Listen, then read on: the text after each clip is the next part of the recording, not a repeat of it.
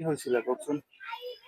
বিশেষ খবৰ মোৰ ভনী জোহৰা খাতুন বাজিয়াগাঁও ঘৰ বুধবাৰ 3টা বজাত ঘৰেৰ পৰা ওলাই এক জায়গাত যাবলৈ ওলাইছিলে সেই জায়গাটো নাপালে সেইদিনাৰ পৰা উদ্দেশ্য এতিয়ালৈকে তেওঁ কোনো খবৰ পোৱা নাই।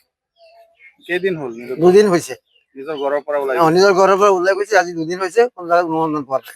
আপোনাৰ কি হয়? মোৰ ভনী জোহৰা খাতুন মোৰ নাম আব্দুল কৰিম।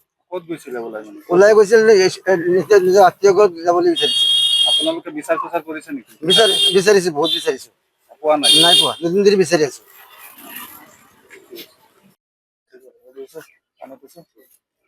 কি হৈছিলে কওকচোন? নমস্কাৰ, চামাগুৰি বাজিয়াগাঁৱৰ পৰা কৈ আছো। বুধবাৰে গধূলি 3টাত মোৰ মা আলহী খাবলৈ গৈছিলে এক জেগাত ৰূপপুহি ৰৌমাৰী। তাৰপিছত তাৰ পৰা এতিয়া সন্ধান পোৱা নাই, তাতো যাই কিনে পোৱা নাই।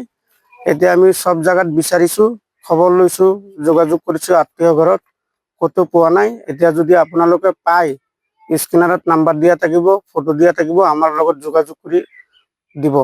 কেইদিন হল? আজি 2 দিন হৈ গ'ল। মানুহজনীৰ নাম কি আছিল? জোহৰা খাতুন। বয়সটো কিমান হ'ব? 65 হ'ব। ক'ত গৈছিলে ওলাই? ৰূপপুহি ৰৌমাৰী।